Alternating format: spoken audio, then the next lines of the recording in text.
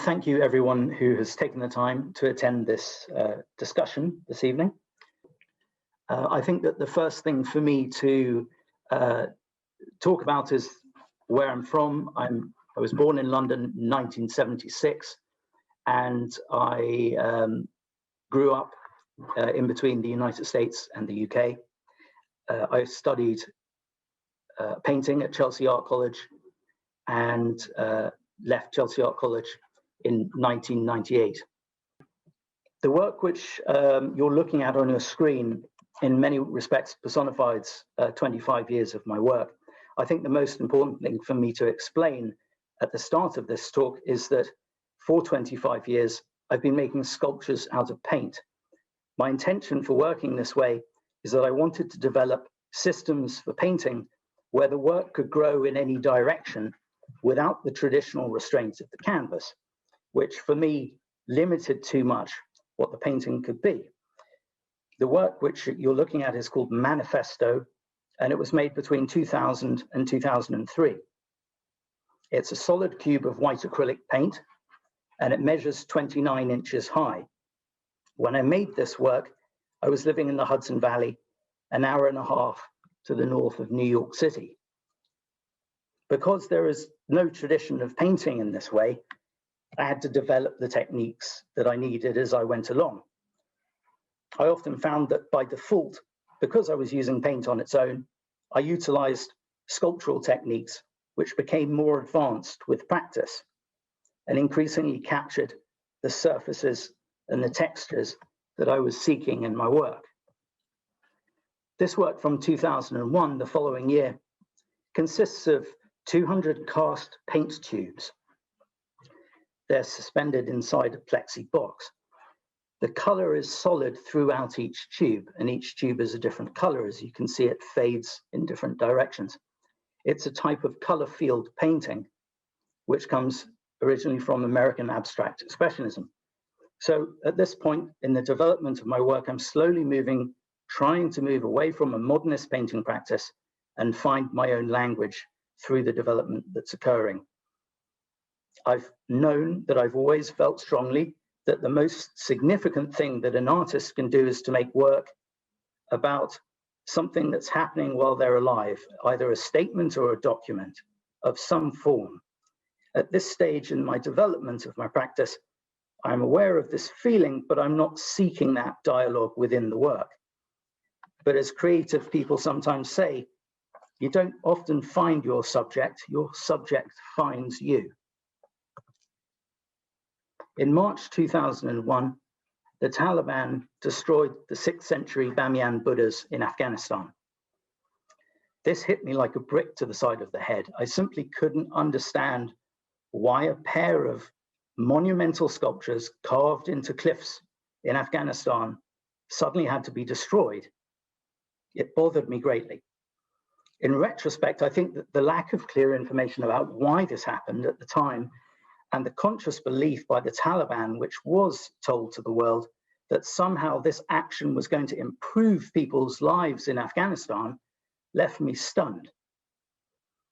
It felt like it was too big and too dire a statement to absorb, but at the same time, I had the feeling that I needed to understand this through my art. I just didn't know at that moment in time how this would happen. 6 months later, still the same year, 2001, on a Saturday afternoon, I was in New York City at J&R Cameras, a downtown camera shop, trying to fix an issue with my digital camera. A few days later, a few blocks down the street from where I'd been, this happened. We're all very familiar with September the 11th, 2001, what unfolded on that day.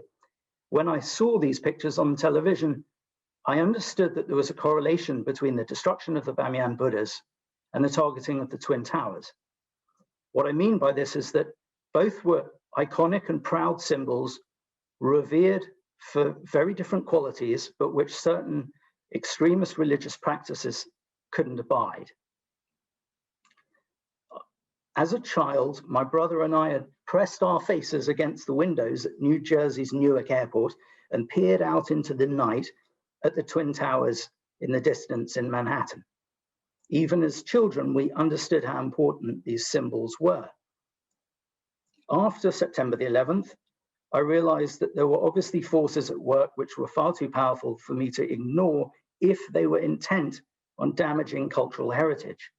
And if those forces were willing to bring that siege to the place where I lived and make it a part of my life. I couldn't let go of this sentiment, and I became determined to integrate the noise of geopolitics somehow into my studio practice. In 2003, I moved back to London and I started making work with an industrial floor paint, which cures up to any thickness overnight. So it dries with a chemical reaction, it exotherms as it cures, which means it gives off heat, and it's solid like glass once it's hardened. This material allowed me very quickly to accelerate the production of my work and to make works like this one on the screen, which is from 2005. So what you're looking at on this in this picture is a solid paint construction. It's an assemblage with large slabs of paint at the top, stacked on top of each other, cast metal reinforcing bar on the left, made out of paint, and sheets of paint on the front, which have the ink from photocopies of newspaper and magazine pages transferred onto the surface. This work is from a small group of works which are wall mounted and which are the first in which I'm trying to bring the noise of the outside world into my studio practice. On the 7th of July, 2005, 4 suicide bombs were detonated on public transport in central London during rush hour. We almost have the right sound effects in the background. I don't know if you can hear that, but that's the sound of London. 3 of the bombs went off in trains. 1 of them went off in a London double-deck bus in Tavistock Square. The work which you're looking at now is a direct reaction to the photos that were published in the media about the bus bombing. The sides of the bus had been splayed out, the roof was gone, the orange handles, the handrails on the inside of the bus were twisted around and left sticking up above what was then the exposed top deck. 13 people died as a result of the bus bombing. Overall, 52 people died on the day and 700 people were injured. Terrorism has, in one form or another, been a periodic feature of London life for a long time, be it an IRA bombing campaign or more recently religious extremists. One way or the other, I've been conscious of terrorism for as long as I can remember. In 2009, I went to an artist residency in Shanghai in China. From the building which the residency was run by, out of the window, I could see the inhabitants of a 19th century Hutong community being forcibly evicted from their homes. Unfortunately, I don't have a photograph of that scene, and I wish now, of course, that I did. But if you try to picture in your mind's eye those traditional tiled, curved roof tiled Chinese houses that we're all familiar with from antiquity and paintings, which have the raised corners, some of them courtyards, sometimes with a tree inside, very old-fashioned traditional communities. So these houses were being torn down and being pulled away to make way for something else, probably a glass and steel high-rise building. The site made producing art rather difficult when such an alarming visual had filled my eyes to such a degree. The traditional housing was being pulled apart every day. This experience pulled my focus back to the deliberate destruction of culture. So whilst I was in Shanghai, I tried to think of a way to attempt to capture the texture of violent geopolitics in the surface of my industrial floor paint. I trawled around Shanghai and I found a source for the Chinese equivalent of my paint. Before I left China, with the help of a couple of friends, one of whom spoke fluent Chinese, we persuaded soldiers of the PLA, the People's Liberation Army, on a firing range to shoot some sheets of paint, industrial floor paint, for me, which I could then integrate into assemblages. The idea was that the shattered hole would capture the instant in which the violence made contact with the art. I was unsure whether the paint sheets would bend or break or shatter or fall to pieces, but luckily they didn't, and the results were, for me, quite shocking. You're looking at a close-up of one of those holes. After a short while spent in the studio trying to integrate these shot panels of poured paint into assemblage sculptures, I realized that the shattered holes held the space around them to such a degree that if they became part of something else, they were compromised. So I started to look at them as works of art in their own right.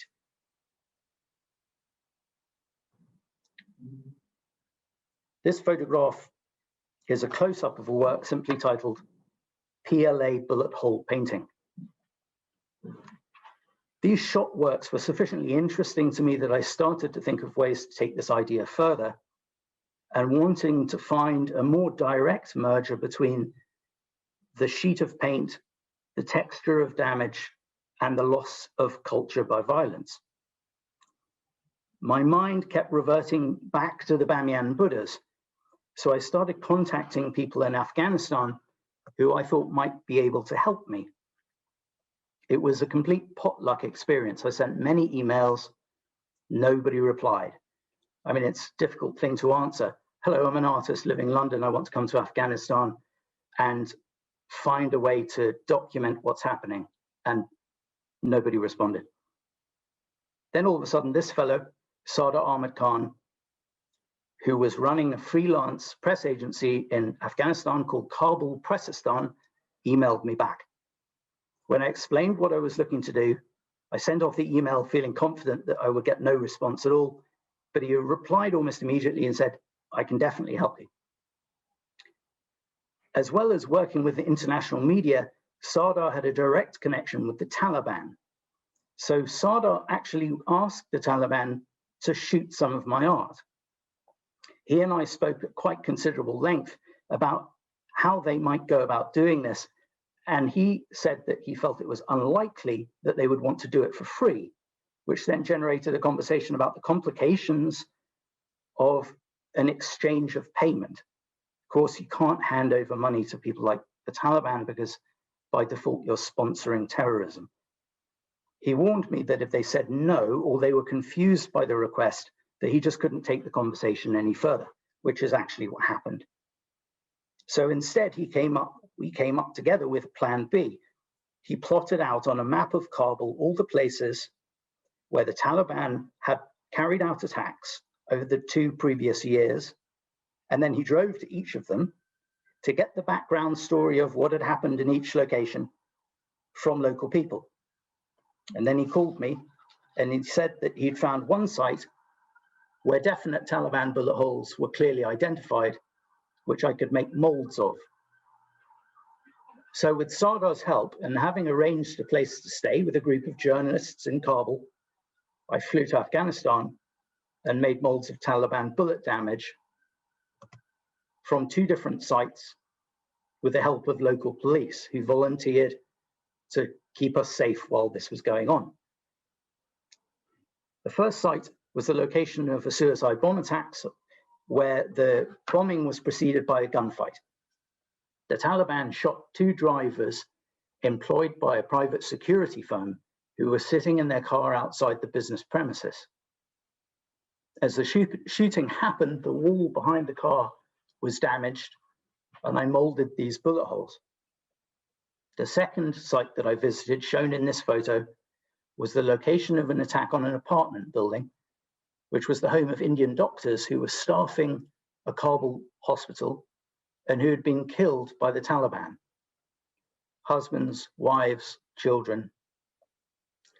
In an early morning raid that developed into an especially horrific siege of these houses that you can see, one of which is an apartment, you can see it behind me.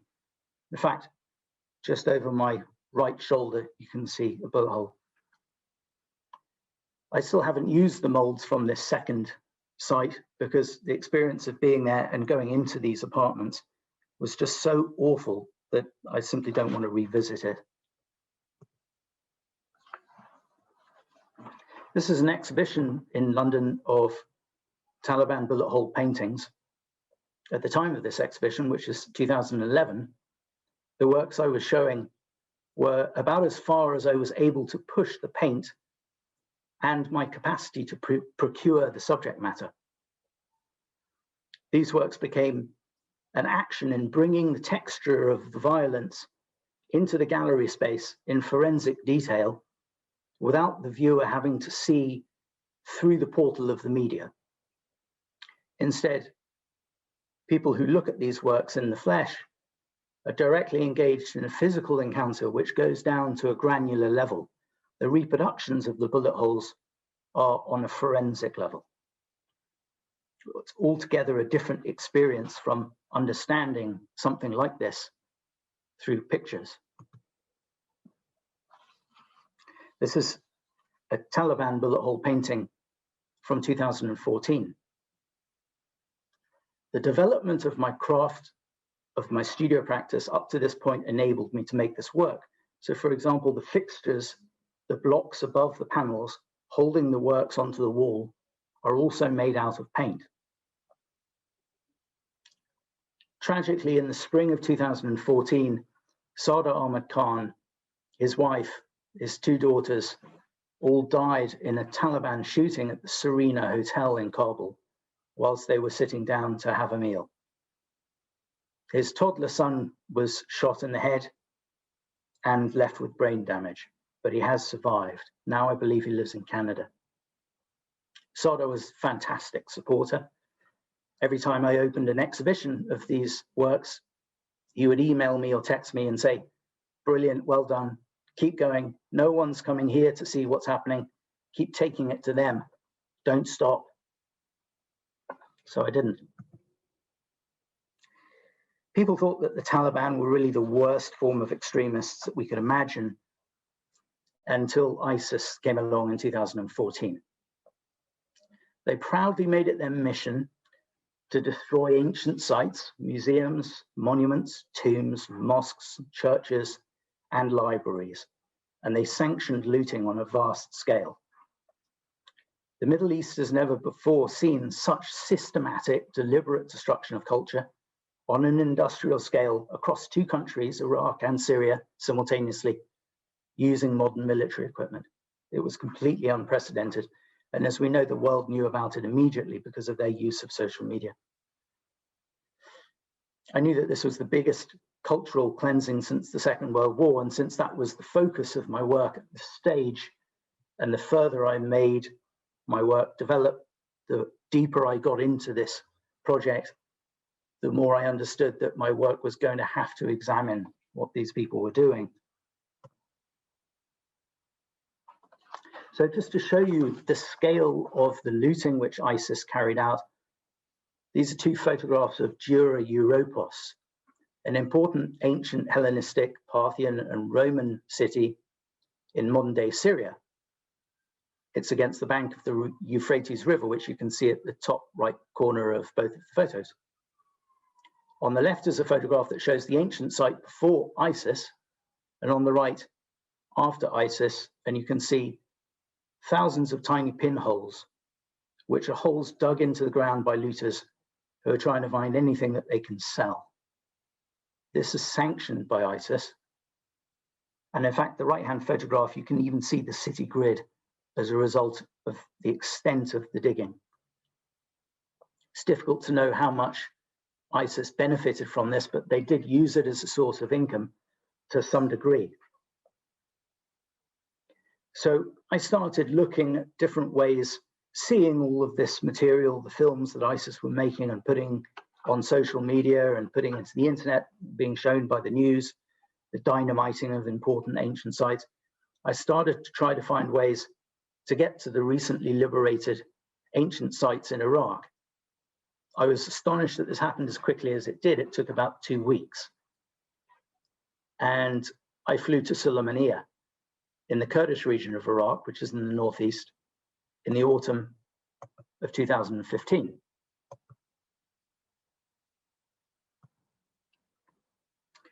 With the help of the PUK, People's Union of Kurdistan, a regional political party, and the Peshmerga, the Kurdish military, I was on the front line, as it was in September 2015, to the southwest of Kirkuk, a few hours after arriving from England. This photograph is around about 200 yards from the front line, which at the time consisted of a large earth embankment which continued for many miles to the northwest and to the southeast. This is part of a village called Abu Hamid. As we were approaching, myself, a PUK representative, and the Peshmerga in a convoy of 2 white armored land cruisers, we were approaching this village. I was told by the Peshmerga, village is recently liberated. And then as we got closer, I was told very recently liberated. And then we arrived into the village and there was still some fire burning. This building, which you see here, is part of a school which became a regional ISIS headquarters. So this village became an important target for the Peshmerga to take back. The Peshmerga described to me an action which had taken place, which was centered on this small group of school buildings. And what they described was, they pointed in one direction. The man I was speaking to said, we were firing from that direction, firing towards these buildings. ISIS were over there and the other way, firing back towards us. This building was in the middle. So ISIS made the damage on this face of the building, which you're seeing now. The Peshmerga made the damage on the other half of the building, which is on the other side, which you can't see from this photo. While I was making molds of the bullet damage from that building, I was talking to the Peshmerga and to the PUK representative, and I could hear a flapping sound in the background, like a loose sail blowing in the wind. And I asked, whereabouts are ISIS currently? And I was told, you hear that flapping sound? It's a tarpaulin, which is draped over an ISIS position, which is just over there. And they pointed, and there was a clear line of sight to it. It was a couple of 100 yards away. This photograph shows the ground around the school building where I was taking those molds from the previous photo. I took about 20. I'd been instructed only to walk down the narrow concrete strip which followed the edge of the building. And when I asked why, one of the Peshmerga stepped forward and picked up that unspent mortar, which is at the bottom of the photograph, and wagged it at me. So he was telling me off. And then he put it back down on the ground again, exactly where it was. It was about 3 feet from me. After I'd finished making those molds, we proceeded on to a second village. This is an ancient village, which is right on the front line again, and it's called Tel Araba. A tel is a low archaeological mound. This mud brick building, which you can see was immediately behind me as I was making bullet molds. This particular photograph was taken by the PUK representative who was with me, translating some of the things that the Peshmerga wanted me to understand before we got out of the car, for example. And he had been a film student who trained at Saddam Hussein's film school in Baghdad. So he decided he wanted to have a go with the camera and took a whole load of really great photos. But unfortunately, in this photo, you can't see inside that room, which has had a wall collapse in front of it.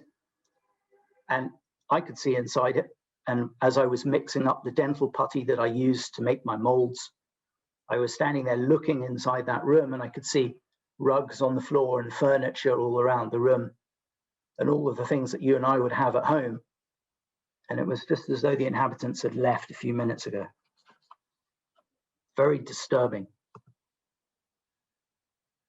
While I was making molds in the second village, a mortar came down in the village, and the Peshmerga recommended that we should leave as soon as I was ready. So I told them I'm ready, and we left right away. As we drove out of Tel Araba, we slowed down in our armed land cruiser to look at this little crater on the side of the road. which was steaming very slightly. And they said, this is where it was. The crater hadn't been there when we arrived.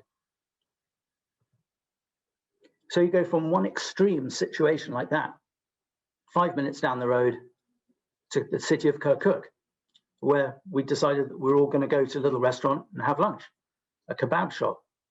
It amazes me to see how life carries on so many levels when the chaos of war is happening so close by. This is one of the very odd realities of war zones.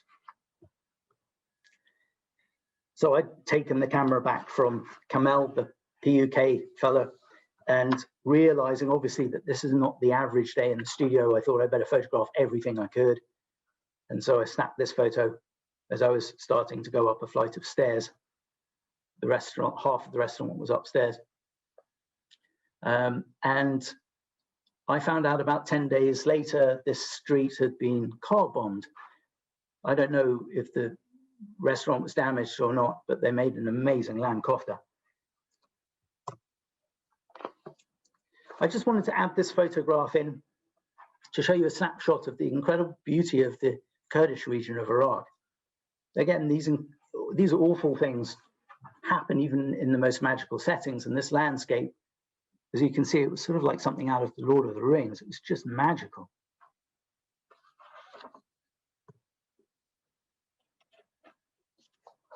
So this is one of the first works that I made with the ISIS bullet damage molds from the frontline villages in Iraq. It's a recreation, scaled down recreation of a section of the Pergamon relief, which was in Turkey. It was a Roman temple. And to make this work, and the ones which followed, which I'll show you in a moment, I purchased some commercially available plaster casts of ancient reliefs from the civilizations whose remains ISIS were destroying. So Assyrian, Roman, Egyptian.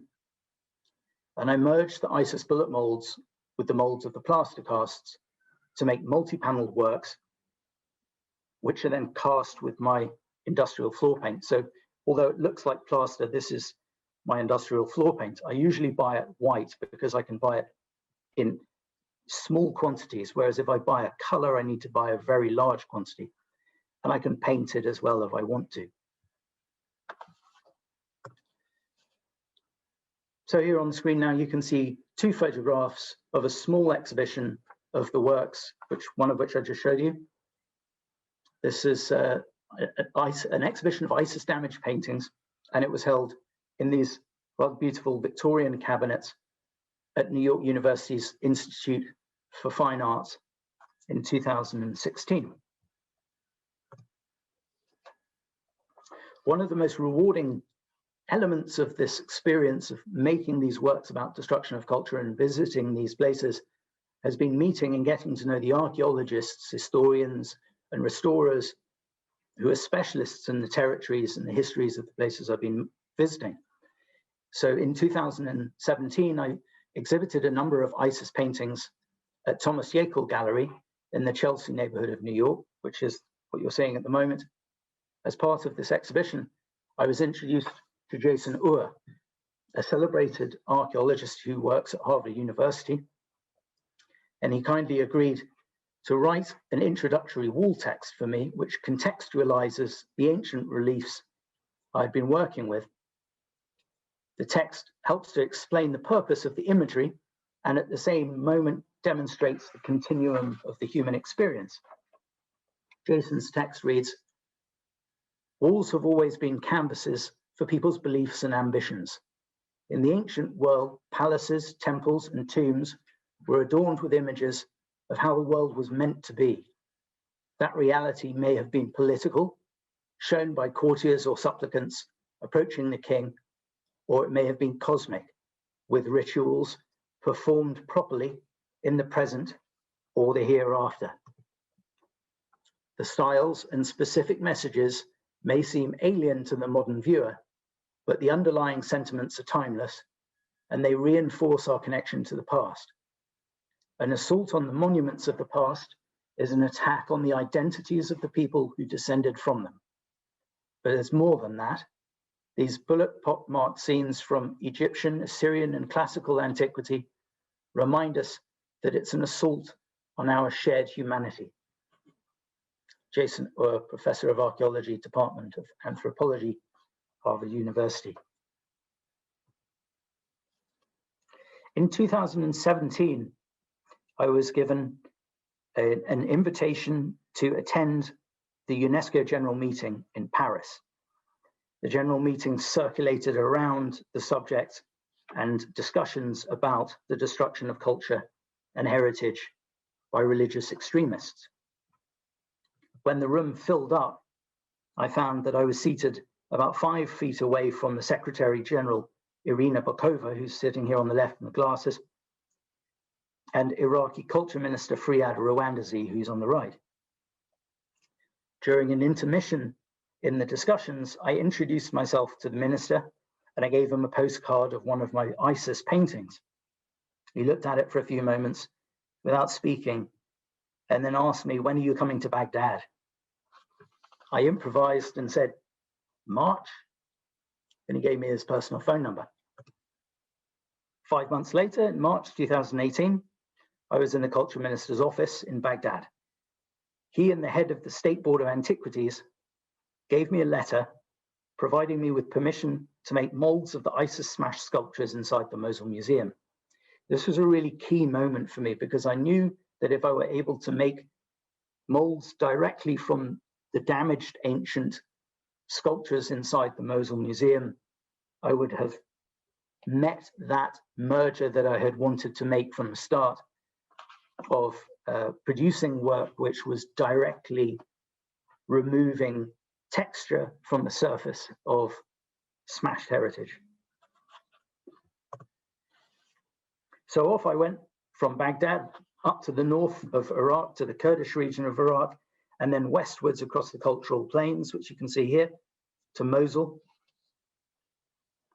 Unfortunately, of course, the siege of Mosul happened in 2017, and the devastation of the city of Mosul was extensive. And so when I arrived, Mosul looked like this. The old part of the city was completely decimated. A lot of the roads were completely obscured by collapsed buildings. Large areas were reduced to complete fields of rubble where you couldn't tell one house from the next. On this particular journey, and this was still a relatively dangerous place, there were car bombs going off weekly, kidnappings occurring. So on this particular journey, the Iraqi army took care of me and moved me into Mosul, and we moved around Mosul with their help, including going the wrong way down a motorway at one stage, and believe me, it's nothing like what you see in the movies. And they took me into the Mosul Museum, where I was able to make molds from the damaged surfaces of Assyrian sculptures, which were smashed by ISIS when they arrived a few years previously. In early 2018, when I was in the Mosul Museum, there hadn't been a full assessment of the damage to the artifacts remaining and whether or not they could fully be repaired. So I had to use a process for molding, which I developed over several years with an ex-Tate Gallery conservator. We developed it specifically so that I could make molds of World War II damage from the exterior walls of the Pergamon Museum in Berlin and Blitz damage from the Victoria and Albert Museum in London. So this process, which I then used in the Mosul Museum, involves painting liquid latex onto the stone. So that's what I'm doing in this picture. That dries in about 10 minutes. And on top of the dried latex, I apply a dental putty, the same thing that dentists mold your teeth with when you're sitting in the dental chair. And that cures in about 15 minutes.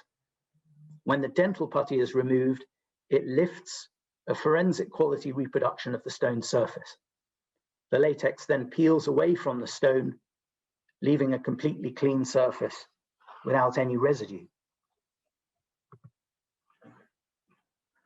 Mosul is the second largest city in Iraq, and as you saw from that previous photograph of the city from above, it's in a dire state. But at the same time, I have seen on many occasions incredible displays of the endurance of the human spirit. The building in the background in this photo is like many on this particular street. And as we were driving down the road, the vehicles which we were in stopped for a few moments for some traffic. And I saw this young man walk out of a partially collapsed building.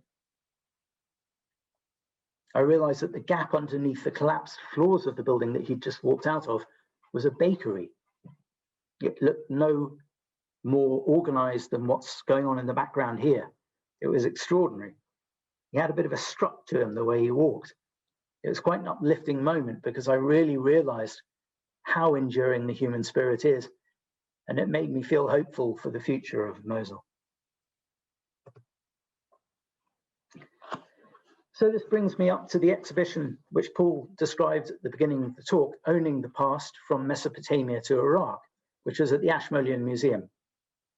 It's curated by Paul Collins, as you've heard the description, Paul introduced it, with the direct support and advice of both the Iraqi and Kurdish communities in Oxford.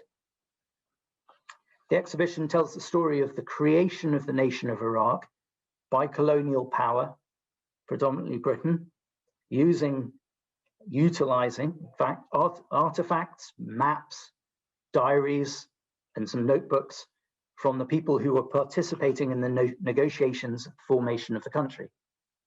The exhibition lays bare the flexing of the British Empire's military strength in Iraq in the tumultuous period followed the First World War and saw the creation of the nation.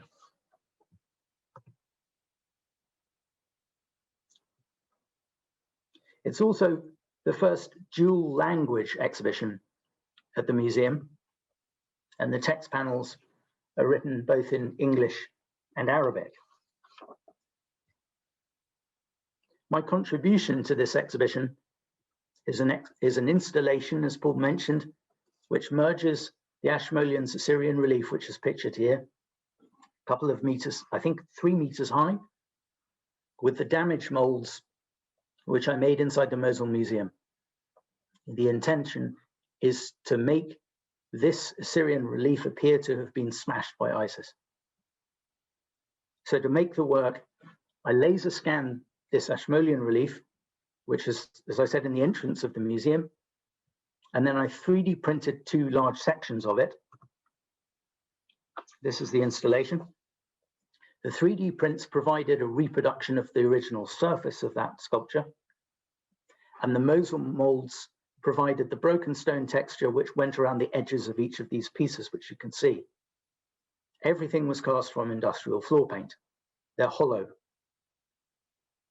The installation consisted of around 600 pieces of smashed relief, which vary in size from palm-sized to about 1.5 meters across, and another 700 or 800 pebble-sized pieces. Everything that you're seeing has the Mosul Museum broken stone texture cast into its surface. Some of the larger reliefs which were smashed by ISIS in Iraq were too big to easily move or pull down.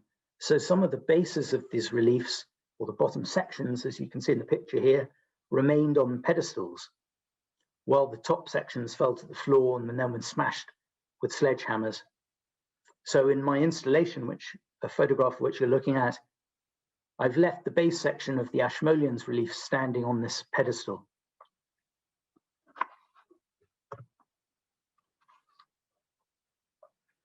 The largest of these Assyrian carvings were then worked on with pneumatic drills by ISIS standing over them. There are films of this being done, which we've seen on the television. They were shown on the news constantly for a long time. Pneumatic drills, they're the type of drills which you see people digging the roads up with. And they were used to break up the carved surfaces of the sculptures, especially the faces and the most recognizable features of the sculptures. In this photograph, you can see pneumatic drill marks, which I've molded in the Mosul Museum and cast into the reproduction of the Ashmolean relief.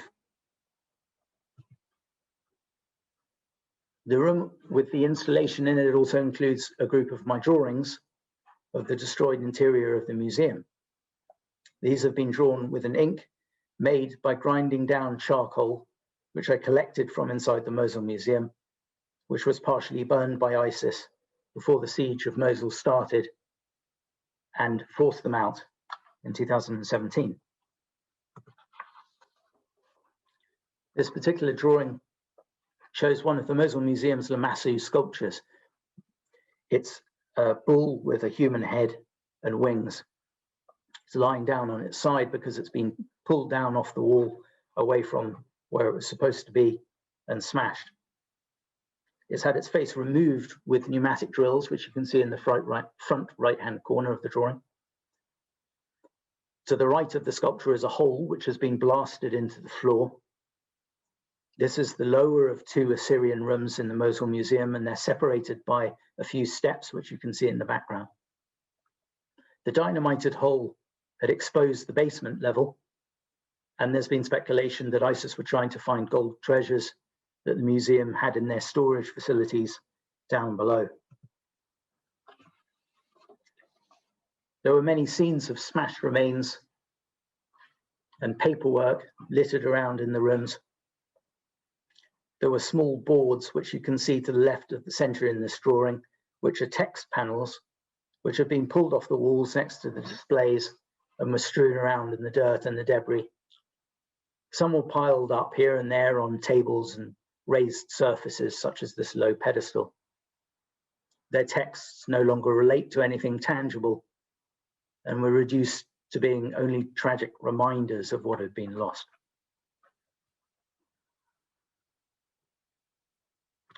So that concludes my presentation. So thank you for everybody who's listening. As Paul mentioned, if you have any questions, please use the chat box to submit them. And now I'm going to hand the conversation back over to Paul Collins. Yes, thank you very much indeed. It's a wonderful journey through quite an extraordinary experience of creating these works. Perhaps you could turn your video on now at the bottom left of the screen. You should be able to do that. There you are, and then everyone can see you. Great. And of course, what we can also see is some of your works behind you. Yes, that's right. So that's an ISIS painting, ISIS bullet hole painting. So, I mean, really powerful imagery, powerful story. I'm sure there must be lots of questions that have occurred to people. And I say, if you, as Piers invited, if you have any, please do put them into the chat at the bottom of the screen, and I'll then ask Piers. But in the meantime, before those start coming in, I'll have the opportunity to indulge myself and perhaps begin a conversation with Piers around some of those themes that you've explored through your work. And I'm particularly interested, of course, in the notion of the destruction of heritage and its relationship to identities. This is something we've tried to explore, of course, a little bit in the exhibition. And I'd quite like to hear your thoughts about, what in many respects, might seem a very sort of depressing journey, whether, and the loss of heritage and by association, the loss of identities, whether you can talk about any perhaps sort of positive aspects that you see emerging out of your experiences and your work. Well, there are lots of interactions happening between, for example, restorers at the Mosul Museum who are traveling to the UK. The British Museum has an expansive program of training so that they can come to the UK, learn the latest techniques of conservation and restoration, which are highly sophisticated nowadays, using laser scanning, 3D printing, reproducing sections of sculptures. You would imagine when you see those sort of strewn sort of piles of rubble, there's no way that this thing's ever going to be put back together. but people can do it.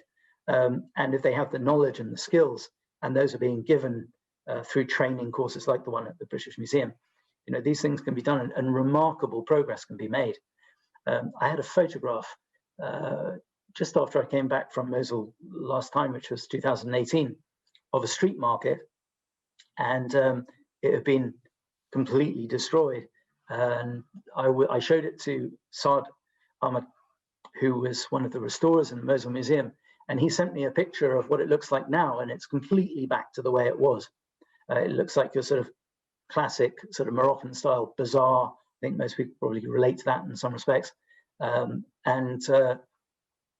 Life does continue. Like that boy holding that tray on his head with the breads, you can have incredible violence going on. People still have to eat a few meals a day and drink clean water. And it is very uplifting to see that those things happening as you're passing through such a ruined place.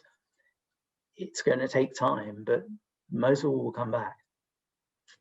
And I was very taken as well by the fact that you were able to get to these places relatively easily, and that sense of whether you're in Kurdistan or in Baghdad, the recognition that you were working on something really quite vital in terms of messaging, and that seemed to be the case outside of Iraq as well. So your works are clearly speaking to local people as much as the global sort of art community.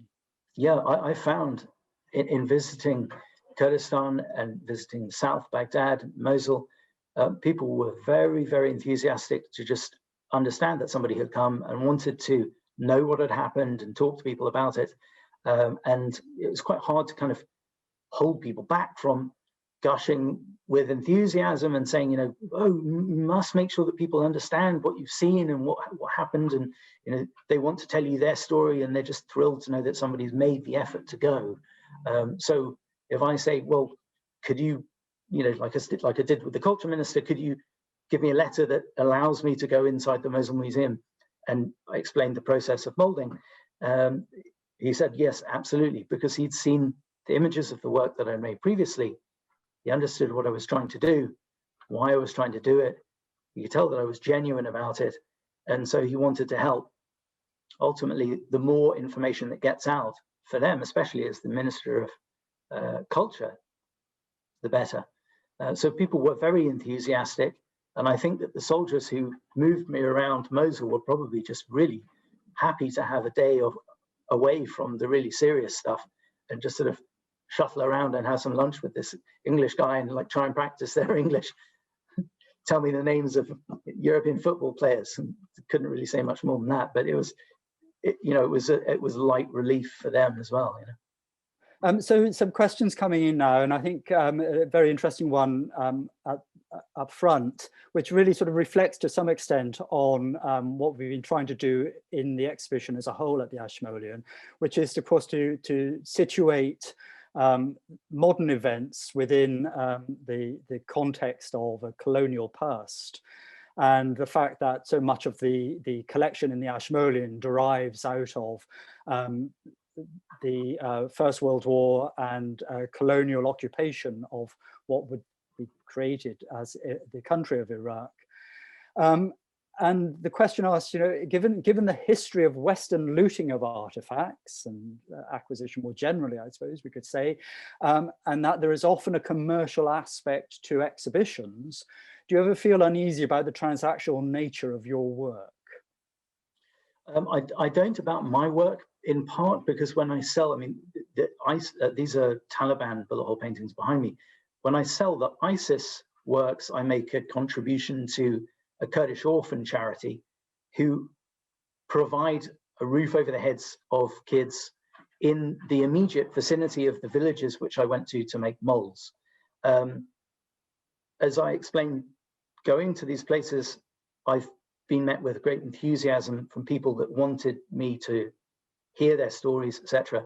And in making these works, in effect, I'm telling a story about a place. And I think that contributing something back to that place, having ultimately emotionally taken something away with me, is a necessity. For me, it feels like a necessity. So when ISIS Works for Sold, I make a financial contribution to that charity, and have so far have given quite a few thousands of pounds back to them. And as a result, I can see what they're doing. I keep up with them. I think it's an essential thing to do. Visiting a place which is so ravaged by war, you feel without question, if you have any humanity, you need to give something back.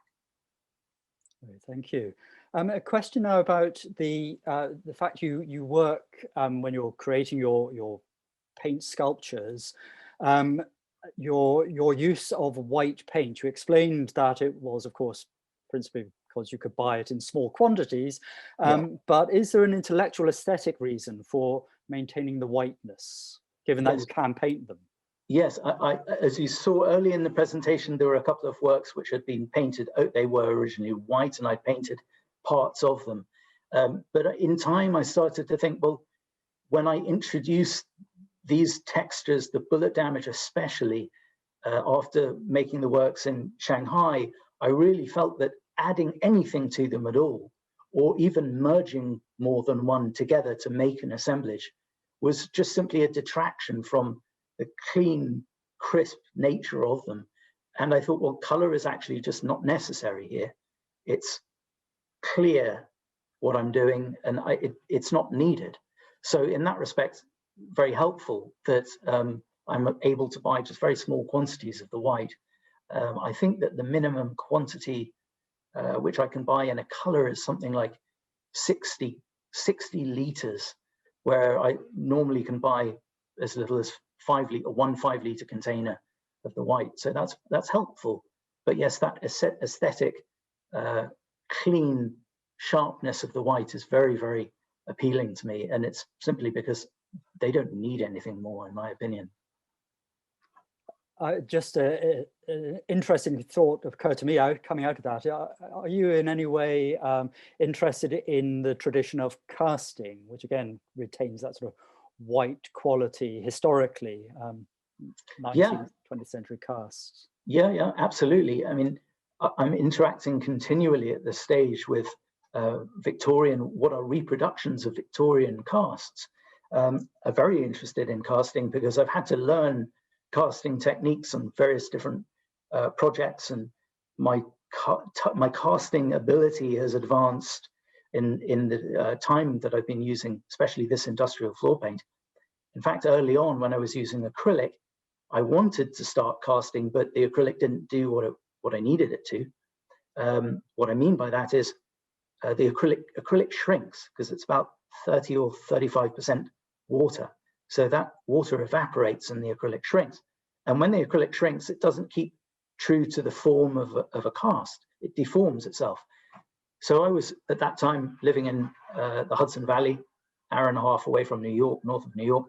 And I got hold of a very big acrylic maker called Golden Artist Colors. And they were about 3 hours away.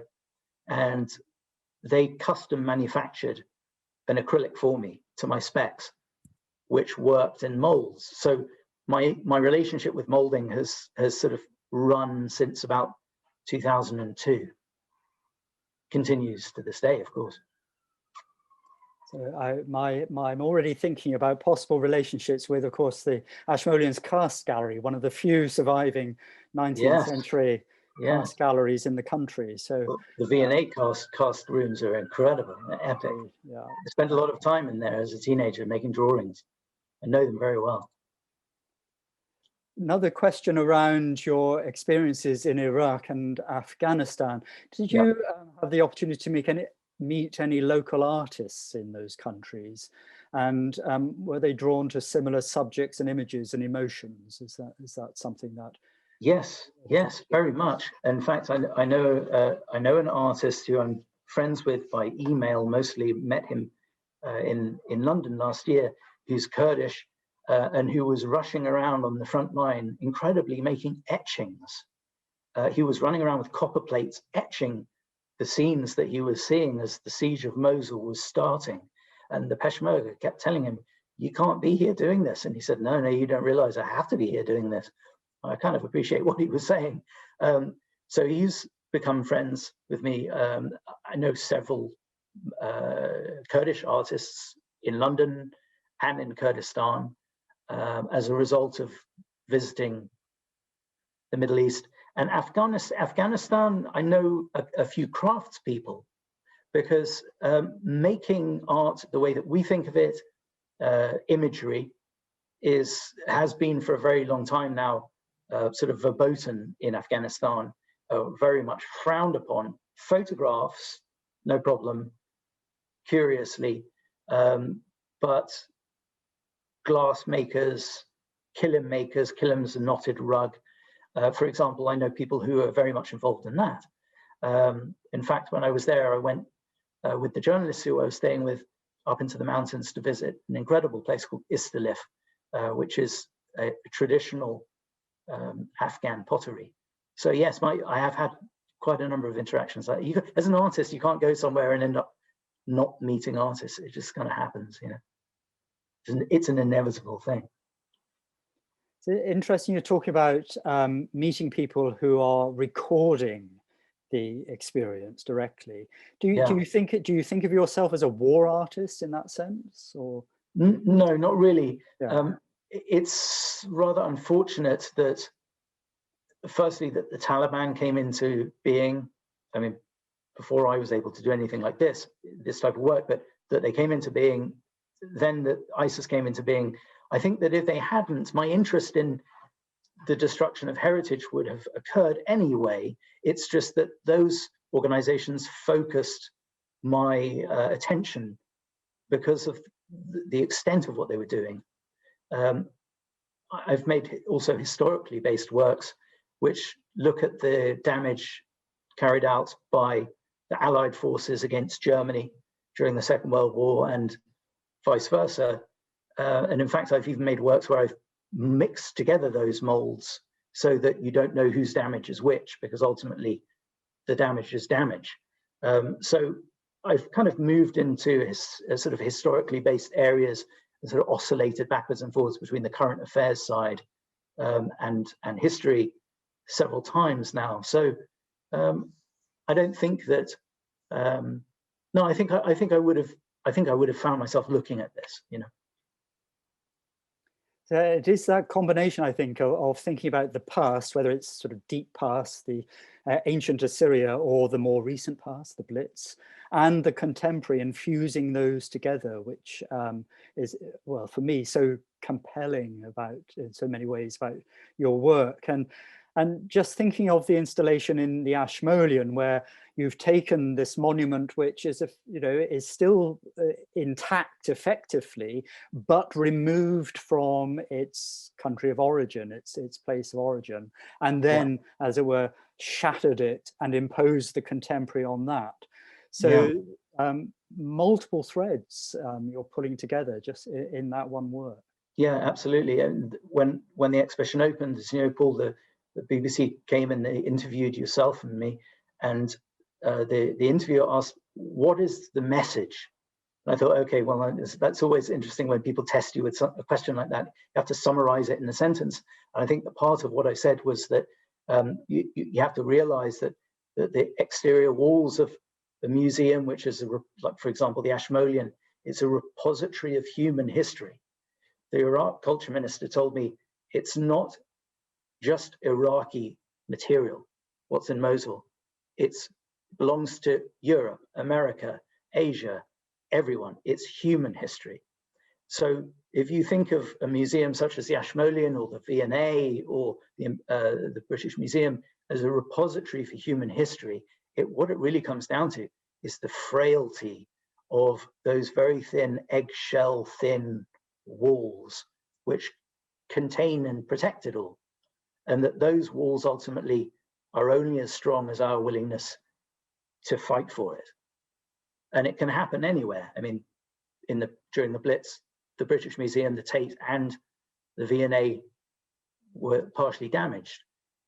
It wouldn't have taken very much for either of those three to have been completely destroyed. It happens anywhere, sadly. Well, thank you very much. I mean, that's perhaps a wonderful summing up there, to bring this talk to a close, raising, of course, a whole range of issues and questions which will continue to be debated. And again, I think that's where your work allows us to begin to explore those in lots of different angles. Absolutely. So I want to thank you very much indeed for this wonderful talk this evening, and thank everybody for joining us. I hope, as I said at the beginning, that there will be an opportunity for you to come and see Piers's work in the exhibition. Until we reopen, we're planning to put information about the exhibition online, both through images and text, but also we hope with a small film, which will explore some of these aspects as well. But otherwise, I look forward to welcome you to the Ashmolean so you can experience the impact it had when I first saw it, which was extremely emotional and powerful, and it's a really remarkable thing. So for that, Piers, and for this wonderful talk, thank you very much indeed. Thank you. You're very welcome. Take care, Paul.